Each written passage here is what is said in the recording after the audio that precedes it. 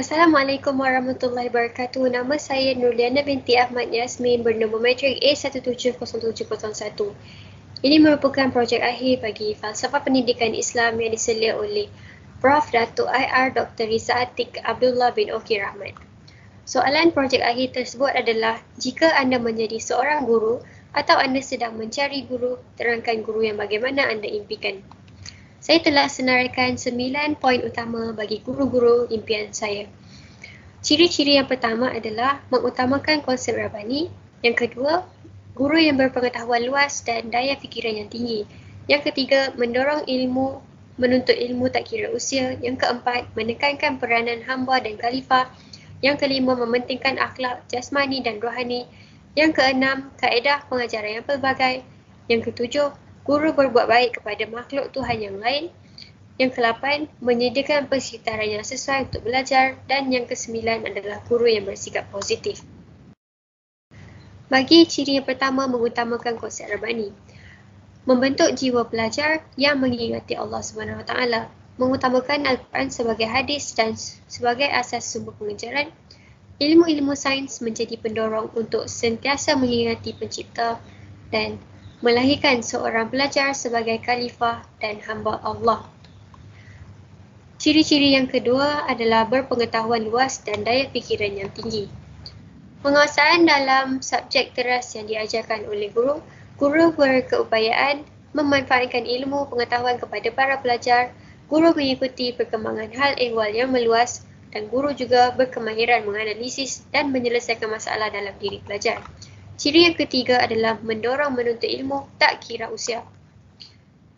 Menuntut ilmu adalah fardu ke atas setiap Muslim. Orang yang bersusah untuk mendapatkan ilmu akan dipermudahkan jalan ke syurga. Darjat orang yang berilmu ditinggikan oleh Allah SWT serta mendidik pelajar tak mengira usia. Ciri-ciri keempat adalah menekankan peranan hamba dan khalifah. Guru yang menekankan peranan hamba dan khalifah mengajar cara menunaikan solat dengan betul. Rukun iman dan rukun Islam dipupuk dari kecil.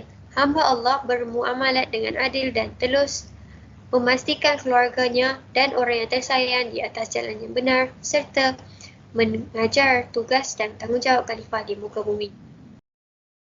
Ciri-ciri guru yang kelima adalah mementingkan akhlak jasmani dan rohani. Bersukan adalah sunnah Rasulullah SAW yang dituntut seperti di dalam gambar adalah memanah.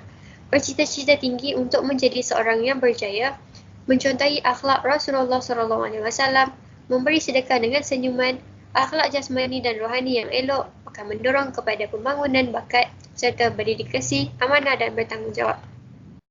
Ciri-ciri yang keenam adalah kaedah pengajaran yang pelbagai. Di sini saya sertakan 5 kaedah pengajaran yang dapat digunakan. Yang pertama adalah pengulangan dengan menggunakan kaedah lagu ataupun mengajar topik yang sama berulang kali. Yang kedua adalah writing ataupun peta minda. Yang ketiga, melalui lukisan dan langkaran. Yang keempat, melalui soal jawab. Dan yang kelima, melalui pembelajaran melalui game digital. Contohnya melalui Kahoot, Firebox dan juga Blogcat. Ciri-ciri yang ketujuh adalah berbuat baik kepada makhluk Tuhan yang lain.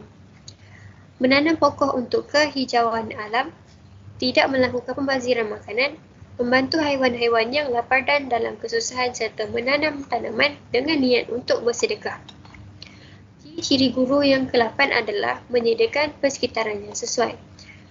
Contohnya, keadaan yang bersih dan teratur, tempat belajar yang selesa seperti meja belajar, mempunyai pencahayaan yang cukup dan juga terhindar dari pencemaran bunyi. Ciri yang ke-9 adalah guru yang bersikap positif. Guru tidak mencampurkan urusan peribadi dengan urusan kerja. Guru tidak mudah menghukum dan guru juga mengelakkan sikap panas badan ketika mengajar. Pembaikan yang boleh diperbaiki dalam masa 5 tahun akan datang melalui pembelajaran adalah pembelajaran tanpa menggunakan kertas. Tablet dan iPad digunakan secara meluas. PDF book disediakan supaya pelajar yang kurang berkemampuan dapat menggunakan buku secara percuma dan mudah. Kelas secara online diteruskan kerana ia membantu pelajar mengulang kembali perkara yang telah dipelajari seperti di dalam kelas. Makanan untuk pelajar perlulah seimbang dari segi nutrisi, oleh itu pihak kantin sekolah perlulah dinaik taraf kepada menjual makanan yang sihat dan seimbang. Dan itu sahaja daripada saya. Sekian terima kasih.